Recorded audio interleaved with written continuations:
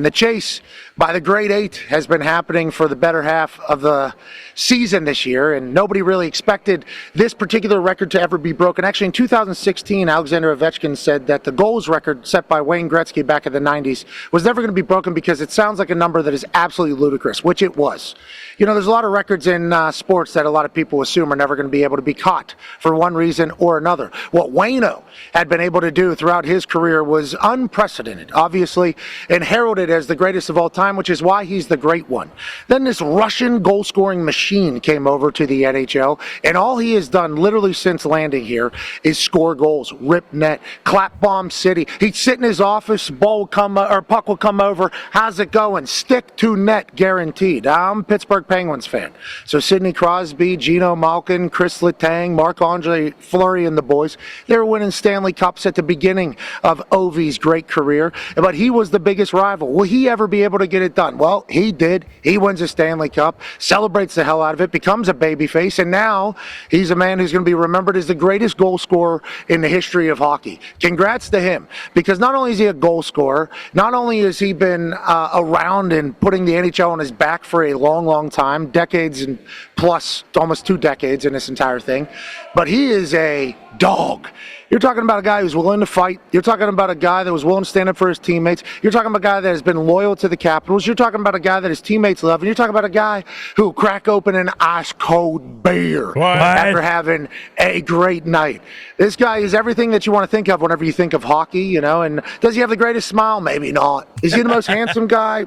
Maybe not. Does he have a dad bod? Yeah. Will he house a couple vodkas if need be? Yeah. You get him on the ice, he's able to put the puck in between the posts better than anybody in the history of the sport. Wayno was there, obviously, to celebrate him, and Wayne said that anytime somebody was to break this record, he wanted to be the first person to congratulate him. He obviously wasn't able to do that because his entire team celebrated with him on the ice, as did the New York Islanders fans in the arena at this away game. And it was such a perfect goal for Ovi to break the record on. In his office, a little bit of touch, absolutely electrifying. And what the Islanders fans and the Capitals fans that were in that building did immediately after it went in, just a superior moment in sports.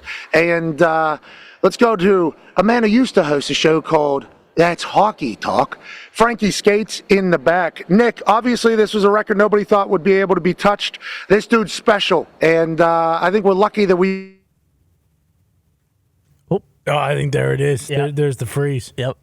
Yeah, I'll pick it up there, Pat. Thank you for that. And obviously, as you mentioned, this was something that people thought would never be touched. Ovi himself, as you mentioned, said it was untouchable, and he didn't think he'd get there.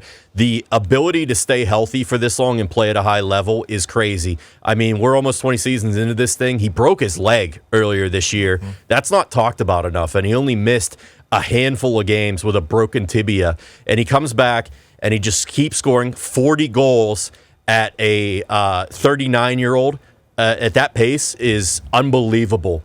And for him to still be doing this at this age this is not just a player hanging on to a team. Like, this team is in first place.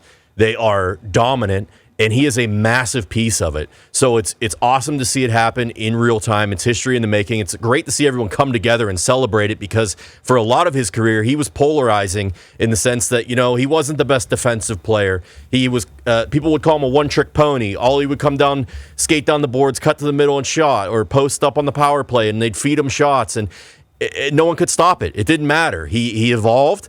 He's one of the most physical players. He's one of the most dominant players in the game, and it's absolutely awesome to see what this has turned into. There's an old saying about the Mount Rushmore in hockey. It was Wayne Gretzky, Mario Lemieux, Gordie Howe, and Bobby Orr.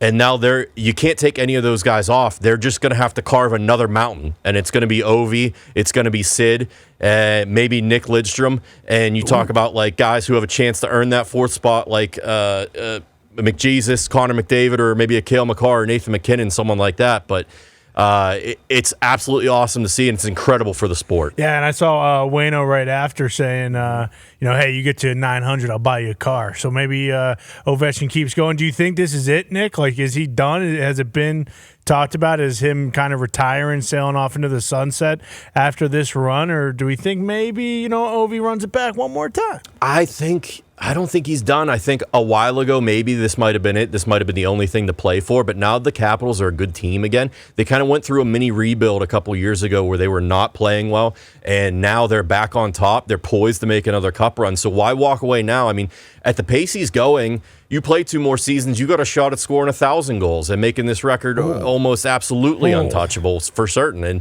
there's no one else like him.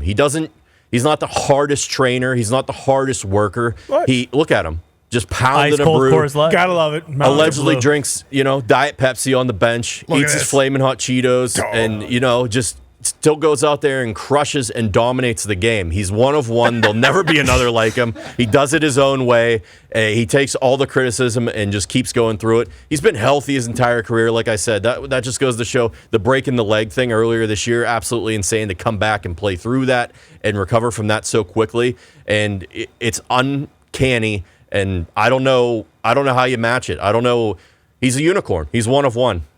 The grade 8. Yeah, if he was done, him and Beer League would be pretty sweet. I mean, if he's just going to call it, maybe he goes back, KHL in Russia, or hangs around Washington and just crushes a few Beer League hockey games. Who says no? Why not? Any other records in reach for Ovi?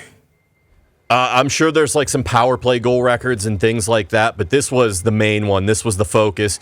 And you can kind of, the Capitals haven't been winning a lot of games lately, and I feel like this may be something that was hanging over the team's head. I'd look for them to go on a bit of a run here now that we got, 4 or 5 games left down into the playoffs, because now that this is over, I feel like everyone can breathe a lot easier and just go out there and have fun. This was just like whenever Steph was trying to break the all-time made threes record. Do you remember that? They were kind of forcing them it. Steph was kind of forcing it a little bit. Not as many were falling. And whenever they literally had a tracker just on Ovechkin, and even when he was sitting on the bench, I tried to watch the game, and it was just an Ovechkin cam and then the game cam. And I appreciated it because obviously I love greatness, and I love whenever people make magic, and whenever history is broke and records that are seemingly untouchable become touchable and become like almost human. But it was the entire focus of the NHL was seemingly on Ovi breaking this record. And if you're a teammate of his, you got to feel that pressure too. Like, do we got to get him the puck? Not that you shouldn't be getting him the puck, but I'm just saying, like, we're in the middle of a moment that's going to be remembered forever. And I don't want to say the attention gets taken away from the games itself, but they definitely did. I mean, they're losing these games. Ovi scoring 2 goals, and it's still like a happy night for hockey fans because it's like Ovi's about to get there. This Capitals team can win another cup this year. And since they got this out of the way, what a weight lifted off of their pads. What a relief, I assume, to get it out of the conversation before the most important part of the hockey season, which is obviously the playoffs. As you see Bettman out on the ice with old Wayno, all the hockey greats obviously celebrating. We'll talk to Mark Messier in the next hour about it. It's just like, what a perfect dude for it, and what a perfect time for it. Good for hockey. Hockey is awesome.